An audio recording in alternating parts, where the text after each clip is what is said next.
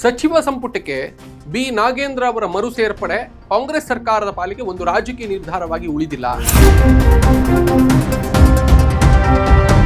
ಅದು ಪಕ್ಷದೊಳಗಿನ ಅಸಮಾಧಾನ, ನೈತಿಕತೆಯ ಪ್ರಶ್ನೆ, ವಾಲ್ಮೀಕಿ ಸಮುದಾಯದ ಪ್ರತಿನಿಧಿತ್ವ ಮತ್ತು ಭ್ರಷ್ಟಾಚಾರದ ಆರೋಪಗಳ ಬಗ್ಗೆ ಕಾಂಗ್ರೆಸ್ನ ನಿಲುವು ಇವೆಲ್ಲವನ್ನೂ ಕೂಡ ಒಂದೇ ಬಾರಿಗೆ ಚರ್ಚೆಗೆ ಎಳೆದಿದೆ. 24 ಚಾರ್ಜ್ ಶೀಟ್ ಇದೆ ಅವ್ರ ಮೇಲೆ, ಸಿಬಿಐದು 3 ಇದೆ, ಆಮೇಲೆ ಇಡಿದು ಇದೆ.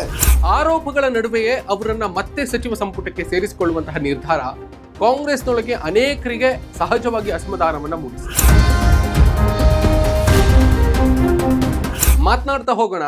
ನಮಸ್ಕಾರ, ಸುಮನ್ ಟಿವಿ ಕನ್ನಡಕ್ಕೆ ಸ್ವಾಗತ. ನಾನು ಶ್ರೀರಾಜ್ ವಕ್ವಾಡಿ. ಪಕ್ಷದೊಳಗಿನ ಚರ್ಚೆಯ ಒಂದು ವಾದ ಸರಳ ಆಗಿದೆ. ಆರೋಪಗಳಿಂದ ಮುಕ್ತರಾದ ಬಳಿಕ ಸಚಿವ ಸ್ಥಾನ ನೀಡಬಹುದಿತ್ತು. ವಾಲ್ಮೀಕಿ ಸಮುದಾಯಕ್ಕೆ ಸಂಪುಟದಲ್ಲಿ ಪ್ರಾತಿನಿಧ್ಯ ಬೇಕೆನ್ನೋದು ಕಾಂಗ್ರೆಸ್ನ ರಾಜಕೀಯ ಲೆಕ್ಕಾಚಾರವಾಗಿದ್ರೆ ಅದಕ್ಕೆ ಬೇರೆ ಮಾರ್ಗಗಳು ಕೂಡ ಇದ್ವು. ಈಗಾಗಲೇ ಸಚಿವ ಸಂಪುಟದಲ್ಲಿ ಸತೀಶ್ ಜಾರಕಿಹೊಳಿ ಅವರು ಇದ್ರು, ರಘುಮೂರ್ತಿ ಅವರು ಇದ್ದರು. ಹಾಗಿದ್ದಾಗ ನಾಗೇಂದ್ರ ಅವರನ್ನ ಮರಳಿ ಸಂಪುಟಕ್ಕೆ ತೆಗೆದುಕೊಳ್ಳುವಂತಹ ಅಗತ್ಯ ಏನು ಅನ್ನುವಂತಹ ಪ್ರಶ್ನೆ ಸಹಜವಾಗಿ ಮೂಡುತ್ತೆ.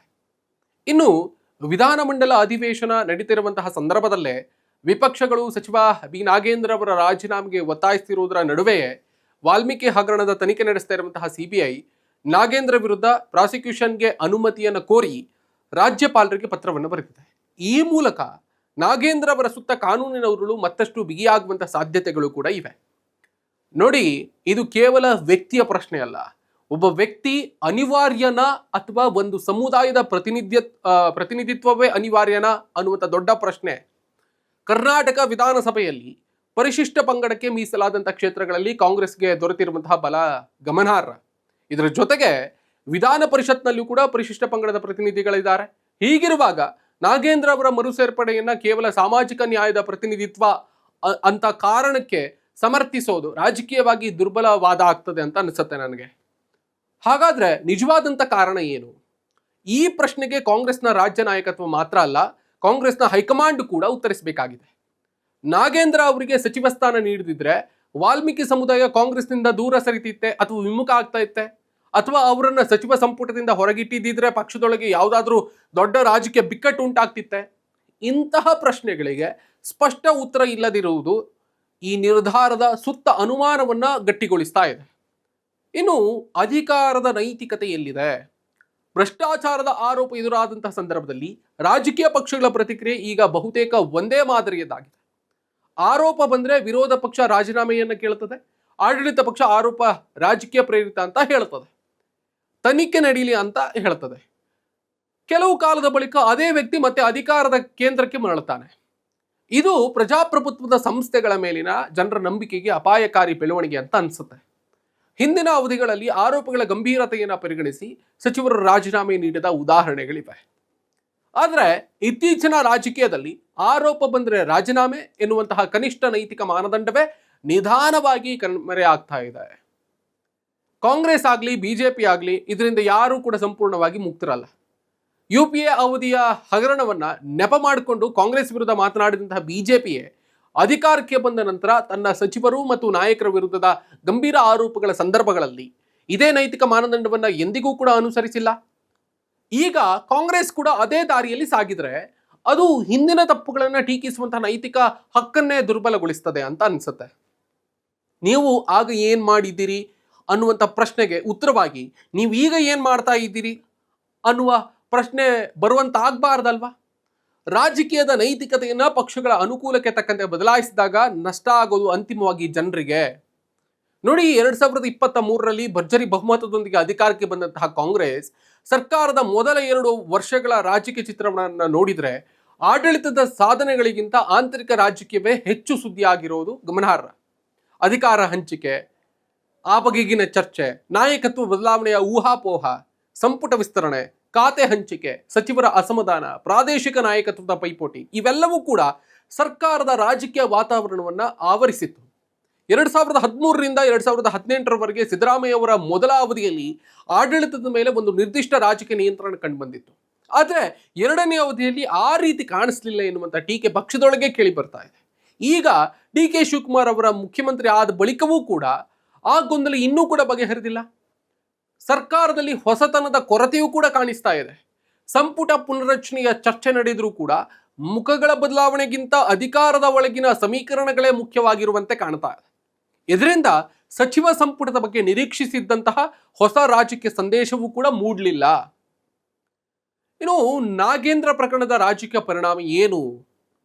ನಾಗೇಂದ್ರ ಅವರನ್ನ ಮತ್ತೆ ಸಚಿವರನ್ನಾಗಿ ಮಾಡಿದ್ದು ಕಾಂಗ್ರೆಸ್ಗೆ 3 ರೀತಿಯ ಸವಾಲುಗಳನ್ನು ತಂದಿದೆ ಅಂತ ಅನ್ಸುತ್ತೆ ನನಗೆ. ಮೊದಲನೆಯದ್ದು ನೈತಿಕತೆಯ ಸವಾಲು. ಆರೋಪ ಎದುರಿಸ್ತಾ ಇರುವಂತಹ ವ್ಯಕ್ತಿಯನ್ನ ಮತ್ತೆ ಸಚಿವ ಸಂಪುಟಕ್ಕೆ ಸೇರಿಸುವ ಮೂಲಕ ಕಾಂಗ್ರೆಸ್ ತನ್ನದೇ ನೈತಿಕ ಮಾನದಂಡವನ್ನ ಪ್ರಶ್ನೆಗೆ ಒಳಪಡಿಸಿಕೊಂಡಿದೆ. ಎರಡನೆಯದ್ದು ಪಕ್ಷದೊಳಗಿನ ಅಸಮಾಧಾನದ ಸವಾಲು. ಪ್ರತಿ ಸಚಿವ ಸ್ಥಾನವು ರಾಜಕೀಯ ಸಮೀಕರಣದ ಒಂದು ಭಾಗ ಆಗಿರುವ ಸಂದರ್ಭದಲ್ಲಿ ಒಬ್ಬರನ್ನ ಮರಳಿ ಕರೆತರುವಂತಹ ನಿರ್ಧಾರ ಇತರ ಶಾಸಕರಲ್ಲಿ ನಮಗೆ ಯಾವ ಸಂದೇಶ ಎನ್ನುವಂತ ಪ್ರಶ್ನೆ ಮೂಡಿಸಿದೆ. ಮೂರನೆಯದ್ದು ಜನಾಭಿಪ್ರಾಯದ ಸವಾಲು. ಭ್ರಷ್ಟಾಚಾರ ವಿರೋಧಿ ರಾಜಕೀಯವನ್ನ ಚುನಾವಣಾ ಘೋಷಣೆಗಳ ಮೂಲಕ ಹೇಳಿಕೊಳ್ಳುವಂತಹ ಪಕ್ಷವೇ ಆರೋಪದ ನೆರಳಿನಲ್ಲಿರುವಂತಹ ವ್ಯಕ್ತಿಗೆ ಅಧಿಕಾರ ನೀಡಿದಾಗ ಜನರು ಸಹಜವಾಗಿ ಪ್ರಶ್ನಿಸ್ತಾರೆ. ಇದಕ್ಕೆ ಉತ್ತರ ನೀಡಬೇಕಾದಂತಹ ಹೊಣೆಗಾರಿಕೆ ಕಾಂಗ್ರೆಸ್ಗಿದೆ. ನಾಗೇಂದ್ರ ಬಿಸಿ ತುಪ್ಪ ಯಾಕೆ?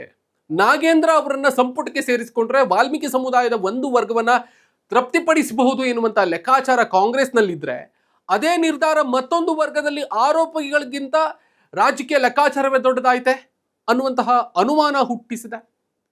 ಒಂದೆಡೆ ಸಮುದಾಯದ ಪ್ರತಿನಿಧಿತ್ವದ ರಾಜಕೀಯ, ಮತ್ತೊಂದೆಡೆ ಭ್ರಷ್ಟಾಚಾರದ ಆರೋಪಗಳ ವಿರುದ್ಧದ ನೈತಿಕ ನಿಲುವು. ಈ ಎರಡರಲ್ಲಿ ಯಾವುದನ್ನಾದರೂ ಸ್ಪಷ್ಟವಾಗಿ ಸಮರ್ಥಿಸುವುದಕ್ಕೆ ಕಾಂಗ್ರೆಸ್ಗೆ ಈಗ ಕಷ್ಟ. ಇದಕ್ಕಾಗಿಯೇ ನಾಗೇಂದ್ರ ಪ್ರಕರಣ ಕಾಂಗ್ರೆಸ್ಗೆ ಬಿಸಿ ತುಪ್ಪ. ಉಗುಳೋದಕ್ಕೂ ಆಗ್ತಾ ಇಲ್ಲ, ನುಂಗೋದಕ್ಕೂ ಆಗ್ತಾ ಇಲ್ಲ. ಈ ಬೆಳವಣಿಗೆಯನ್ನ ಕೇವಲ ಒಬ್ಬ ಸಚಿವರ ರಾಜಕೀಯ ಭವಿಷ್ಯಕ್ಕೆ ಸೀಮಿತಗೊಳಿಸುವುದು ತಪ್ಪಂತ ಅನಿಸುತ್ತೆ ನನಗೆ. ಇದು ಭಾರತೀಯ ರಾಜಕಾರಣದ ದೊಡ್ಡ ಸಮಸ್ಯೆಯೊಂದರ ಪ್ರತಿಬಿಂಬ. ಆರೋಪಗಳು ಎದುರಾದಂಥ ಸಂದರ್ಭದಲ್ಲಿ ರಾಜೀನಾಮೆಯನ್ನು ನೀಡೋದು ದುರ್ಬಲತೆ ಅಂತ ಕಾಣತೊಡಗಿದೆ. ಅಧಿಕಾರಕ್ಕೆ ಅಂಟಿಕೊಂಡಿರೋದೇ ರಾಜಕೀಯ ಸಾಮರ್ಥ್ಯ ಎನ್ನುವಂತಹ ಭಾವನೆ ಬೆಳೆದಿದೆ.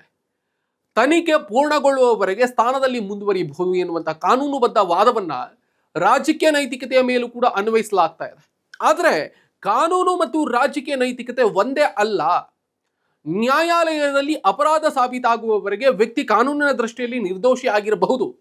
ಆದರೆ ಸಾರ್ವಜನಿಕ ಜೀವನದಲ್ಲಿ ಆರೋಪ ಎದುರಾದಂತಹ ವ್ಯಕ್ತಿ ತನ್ನ ಸ್ಥಾನದಿಂದ ಹಿಂದೆ ಸರಿಯೋದು, ತನಿಖೆಗೆ ಅಡ್ಡಿಯಾಗದಂತೆ ಅವಕಾಶವನ್ನ ಮಾಡಿಕೊಡೋದು ಮತ್ತು ತನ್ನ ಮೇಲಿನ ಅನುಮಾನವನ್ನು ನಿವಾರಿಸಿಕೊಂಡ ಬಳಿಕ ಅಧಿಕಾರಕ್ಕೆ ಮರಳೋದು, ಇವು ರಾಜಕೀಯ ನೈತಿಕತೆಯ ಭಾಗ ಆಗಬಹುದು. ಇಂತಹ ಸಂವೇದನೆಯನ್ನ ಕಾಂಗ್ರೆಸ್ ಮತ್ತು ಬಿಜೆಪಿ ಅಥವಾ ಇನ್ಯಾವುದೋ ಪಕ್ಷ ಕಳೆದುಕೊಳ್ತಾ ಇರೋದು ಆತಂಕಕಾರಿ ಬೆಳವಣಿಗೆ ಅಂತ ಅನ್ಸುತ್ತೆ. ಕೊನೆಗೆ ಜನರು ಕೇಳೋದು ಒಂದೇ ಪ್ರಶ್ನೆ: ಅಧಿಕಾರ ಉಳಿಸಿಕೊಳ್ಳುವುದಕ್ಕೆ ರಾಜಕೀಯ ಪಕ್ಷಗಳಿಗೆ ಎಲ್ಲವೂ ಸಮರ್ಥನೀಯವೇ? ನಾಗೇಂದ್ರ ಅವರ ಮರು ಸೇರ್ಪಡೆಯ ಬಗ್ಗೆ ಕಾಂಗ್ರೆಸ್ ಉತ್ತರಿಸಬೇಕಾಗಿರುವಂತಹ ಪ್ರಶ್ನೆಯೂ ಕೂಡ ಇದೆ ಅಂತ ಅನ್ಸುತ್ತೆ. ಅವರನ್ನ ಸಚಿವರನ್ನಾಗಿ ಮಾಡೋದು ಕಾನೂನುಬದ್ಧ ಆಗಿರಬಹುದು, ಆದರೆ ಅದು ರಾಜಕೀಯವಾಗಿ ಮತ್ತು ನೈತಿಕವಾಗಿ ಸರಿಯಾದಂತಹ ನಿರ್ಧಾರವೇ ಎನ್ನುವುದನ್ನ ಜನರ ಮುಂದೆ ಸಮರ್ಥಿಸುವಂತಹ ಹೊಣೆಗಾರಿಕೆ ಸರ್ಕಾರದ್ದು. ಸರ್ಕಾರಗಳು ಬಹುಮತದಿಂದ ಉಳಿತವೆ, ಆದರೆ ಪ್ರಜಾಪ್ರಭುತ್ವದ ನಂಬಿಕೆಯಿಂದ ಉಳಿತವೆ. ಆ ನಂಬಿಕೆಯೇ ಪ್ರಶ್ನೆಗೆ ಒಳಗಾದಂತಹ ಸಂದರ್ಭದಲ್ಲಿ ಒಂದು ಸಚಿವ ಸ್ಥಾನಕ್ಕಿಂತ ದೊಡ್ಡ ರಾಜಕೀಯ ಬಿಕ್ಕಟ್ಟು ಆರಂಭ ಆಗ್ತದೆ ಅನ್ನೋದ್ರಲ್ಲಿ ಅನುಮಾನವೇ ಇಲ್ಲ ಅಂತ ಅನ್ಸುತ್ತೆ. ಬಿ ನಾಗೇಂದ್ರ ಅವರನ್ನ ಸಚಿವ ಸಂಪುಟಕ್ಕೆ ಮರು ಸೇರ್ಪಡೆ ಮಾಡಿಕೊಂಡಿರೋದ್ರ ಬಗ್ಗೆ ಕಾಂಗ್ರೆಸ್ ಪುನರ್ ಪರಿಶೀಲನೆಯನ್ನ ಮಾಡ್ಕೊಳ್ಬೇಕು ಅಂತ ನನಗನ್ನಿಸ್ತಾ ಇದೆ. ವಿಪಕ್ಷದವರು ಈಗ ರಾಜೀನಾಮೆಗೆ ಒತ್ತಾಯಿಸ್ತಾ ಇದ್ದಾರೆ. ಬಿ ನಾಗೇಂದ್ರ ಅವರು ಸಂವಿಧಾನದ ಪುಸ್ತಕವನ್ನು ಹಿಡಿದುಕೊಂಡು ನಾವು ಅಂಬೇಡ್ಕರ್ ಭಾರತದಲ್ಲಿದ್ದೇವೆ, ಒಬ್ಬ ಶೋಷಿತ ವರ್ಗದ ನಾಯಕನನ್ನ ತುಳಿಯುವಂತ ಪ್ರಯತ್ನ ವಿಪಕ್ಷದವರು ಮಾಡ್ತಿದ್ದಾರೆ ಅಂತ ಹೇಳ್ತಾ ಇದ್ದಾರೆ. ಗೊತ್ತಿಲ್ಲ ಇದನ್ನ ಯಾವ ರೀತಿಯಾಗಿ ನಾವು ವ್ಯಾಖ್ಯಾನಿಸಬೇಕು ಅನ್ನೋದನ್ನ. ಕಾಂಗ್ರೆಸ್ ಇದನ್ನ ಯಾವ ರೀತಿಯಾಗಿ ಸಮರ್ಥಿಸಿಕೊಳ್ಳುತ್ತೆ, ಬಿಜೆಪಿ ರಾಜೀನಾಮೆಯನ್ನ ನೀಡೋದ್ರವರೆಗೂ ಕೂಡ ನಾವು ಅಧಿವೇಶನವನ್ನು ನಡೆಸೋದಕ್ಕೆ ಬಿಡೋದಿಲ್ಲ ಅನ್ನೋದನ್ನ ಹೇಳ್ಕೊಂಡು ಪಟ್ಟು ಹಿಡಿತಾ ಇದೆ. ಈ ಎಲ್ಲದನ್ನ ಯಾವ ರೀತಿಯಾಗಿ ಕಾಂಗ್ರೆಸ್ ನಾಯಕತ್ವ ಮತ್ತು ಹೈಕಮಾಂಡ್ ಬಗೆಹರಿಸುತ್ತೆ ಅನ್ನೋದನ್ನ ಕಾದ್ ನೋಡ್ಬೇಕು ಅಂತ ಅನಿಸುತ್ತೆ. Thank you. ಈ ಬಗ್ಗೆ ನಿಮ್ಗೆ ಏನು ಅನಿಸುತ್ತೆ ಕಮೆಂಟ್ ಮಾಡಿ ತಿಳಿಸಿ. ಈವರೆಗೆ ಈ ಒಂದು ಸ್ಪೆಷಲ್ ಎಕ್ಸ್ಪ್ಲೇನರ್ ಅನ್ನು ನೋಡಿರೋದಕ್ಕೆ ಮತ್ತು ಕೇಳಿರೋದಕ್ಕೆ ಥ್ಯಾಂಕ್ ಯು ಸೋ ಮಚ್. ನಾನು ನಿಮ್ಮಲ್ಲಿ ಒಂದು ರಿಕ್ವೆಸ್ಟ್ ಮಾಡ್ಕೊಳ್ತೀನಿ, ನೀವಿನ್ನೂ ಕೂಡ ಸುಮನ್ ಟಿವಿ ಕನ್ನಡದ ಸಬ್ಸ್ಕ್ರೈಬರ್ ಅಲ್ಲದೇ ಇದ್ರೆ ಈ ಕೂಡಲೇ ಸಬ್ಸ್ಕ್ರೈಬ್ ಮಾಡ್ಕೊಳ್ಳಿ. ಆ ಮುಖೇನವಾಗಿ ನಮ್ಮ ಎಲ್ಲ ಕಂಟೆಂಟ್ಗಳು ನಿಮ್ಮನ್ನು ಶೀಘ್ರದಲ್ಲೇ ತಲುಪುತ್ತೆ. Thank you.